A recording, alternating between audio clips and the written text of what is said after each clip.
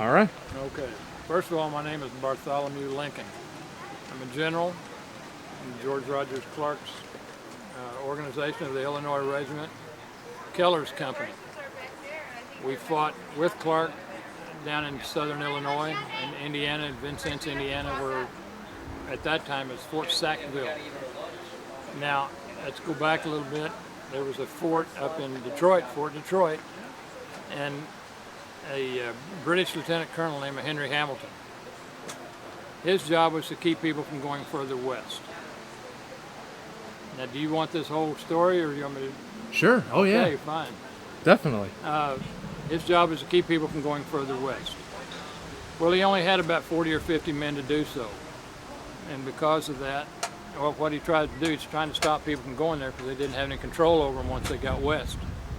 So he hired Indians to scalp these people, men, women, children. Didn't make any difference at all. If I bring back a lock of hair to you, you don't know who it belonged to. You bring it back to Hamilton, and Hamilton would pay him for it. So he got the nickname of the hair buyer. He was told to go down and retake the fort down at Vincennes at Fort Sackville.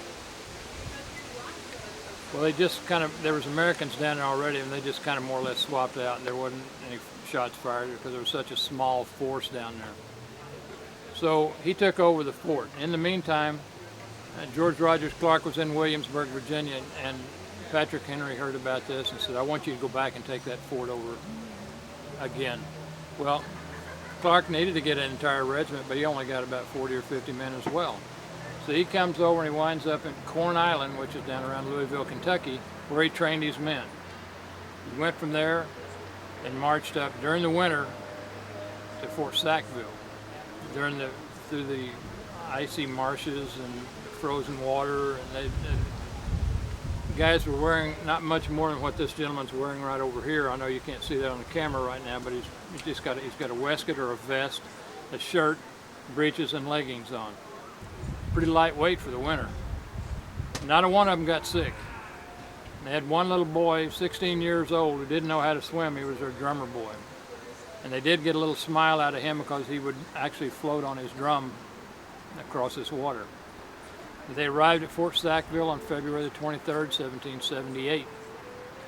And they had around this fort what they call redoubts, or mounds all the way around. They're defensive mounds.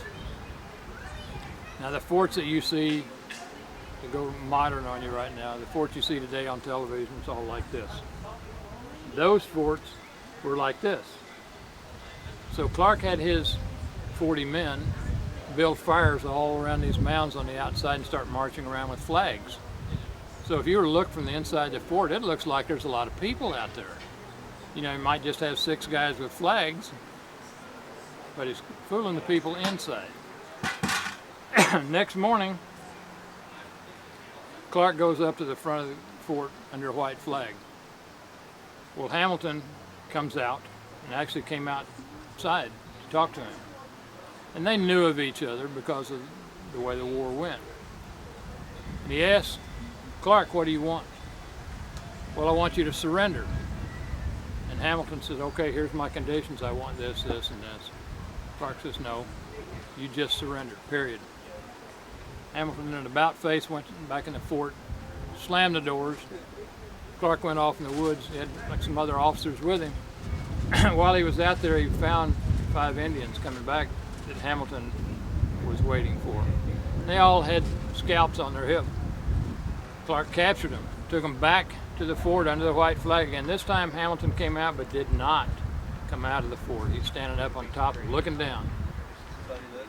What do you want? I told you before, I want you to surrender. Well, there are no conditions. He said, I'm not going to surrender. So what he does,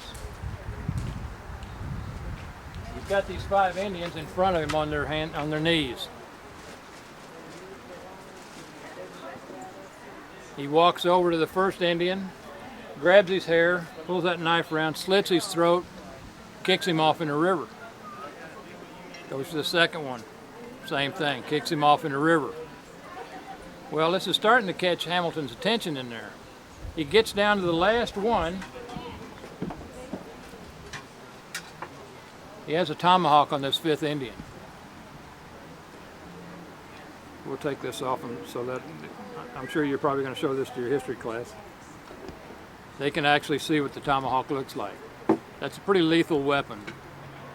But he takes that and he buries that in the head of the last Indian. It didn't kill him. But being the proud Native American, he reaches up and pulls this hawk out of his head and hands it back to Hamilton. Well, Hamilton finished the job then and kicked him off in the river. I mean, Clark finished the job. So Hamilton got the idea now that he wants that he will surrender. So they opened up the gates. Clark lined up his men outside. Clark is marching out. They let the soldiers go, and Hamilton's right behind me. He's looking around. Where's the rest of your men? He said, you're looking at them. So they captured him, took him back to Williamsburg, Virginia. Thomas Jefferson was there, and Thomas Jefferson would not even come out and talk to him. And so they put him in prison, left him there for 3 years. And then they did a prisoner exchange, and Hamilton went back to Fort Detroit.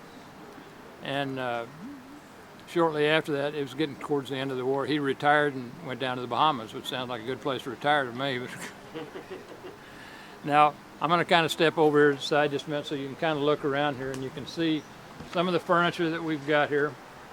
This is my wife. I bought her from a Canadian fur trader, don't I? The furniture you all see all collapses, so you can tear it down. Because the Army is quote unquote on the move.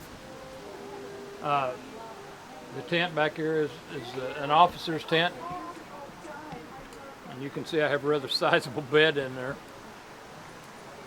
We almost have to take a running leap to get into the thing. But that's a big four-poster bed, and the base of it is probably about here. Then to go modern on you now, it's got an air mattress in there. But according to my wife, it's like sleeping on a beach ball.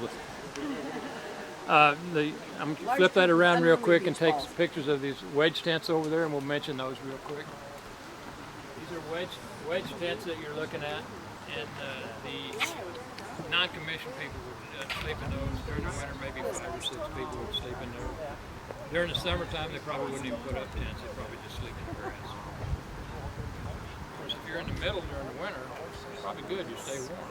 If you're on the inside and got to go to the bathroom, not good.